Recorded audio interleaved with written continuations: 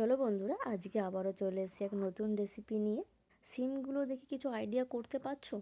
I think না। তো চলো বলি আজকে কি করছি। আজকে রেসিপি হচ্ছে সিম ভর্তা। বেগুন ভর্তা, পটল ভর্তা, অনেক রকমই তো ভর্তা খাওয়া হয়েছে। তো চলো আজকে হবে সিম ভর্তা।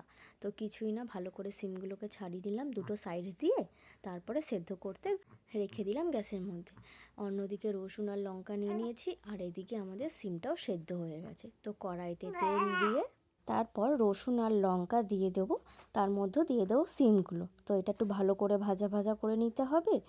আজকের যে রেসিপিটা খুবই সিম্পলের মধ্যে, কিন্তু খুবই অসাধারণ খেতে। তো তোমরাও বাড়িতে ট্রাই করো, আশা করি খুবই সুন্দর খেতে লাগবে। পাশ থেকে যে সুন্দর মিউজিকটা শুনতে পাচ্ছ, সেটা কিন্তু আমার সোনারই আওয়াজ। তো চলো তোমরাও কিন্তু বাড়িতে ট্রাই করে আমাদেরকে জানিও কেমন খেতে হয়েছে, কমেন্টে অবশ্যই জানিও।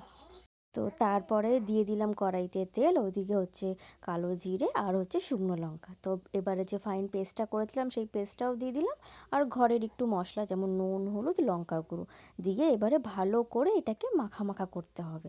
মানে মানে যেমন ভর্তার দেখতে হয়। তো দেখতে পাচ্ছ মাখা মাখাও হয়ে গেছে, আমার ভর্তা রেডি। তো নিয়ে নিলাম ভাতের সাথে গরম গরম ভাত, আর এদিকে সিম ভর্তা। ওফ, জাস্ট অসাধারণ।